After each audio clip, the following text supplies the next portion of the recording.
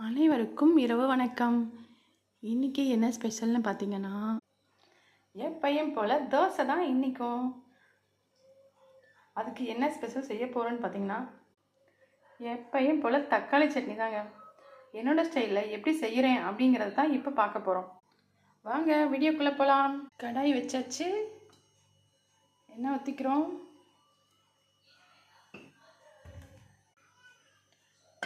பூண்டு, வரமிளகாய், கருவேப்பிலை, பெரிய வெங்காயம்,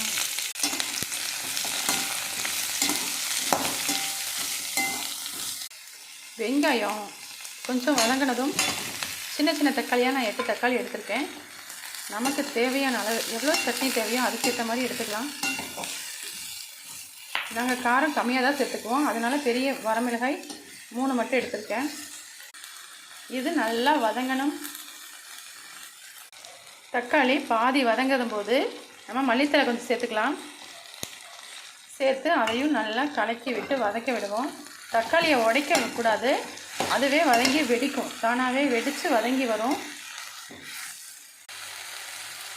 இந்த அளவுக்கு நல்லா வதங்கணும். இப்போ இது வதங்கிடுச்சு, இப்போ ஆஃப் பண்ணிடலாம். இது நல்லா ஆறட்டும். ஆறதுக்கப்புறம் அரைச்சிட்டு நான் உங்களுக்கு காட்டுறேன். உப்பு சேர்த்து அரைச்சாச்சு. இதுக்கு ஒரு தாளிப்பை சேர்த்துடலாம். எண்ணெய் காஞ்சிருச்சு, ரெடி. சிம்பிளாக ஈஸியாக என் ஸ்டைலில் எப்படி தக்காளி சட்னி அரைக்கிறதுன்னு நான் சொல்லிட்டேன். இதுதாங்க நான் எங்கள் வீட்டு தக்காளி சட்னி. ஈஸியாகவும் சீக்கிரமாகவும் சிம்பிளாக ஈஸியாக செஞ்சிடலாங்க சட்டுன்னு.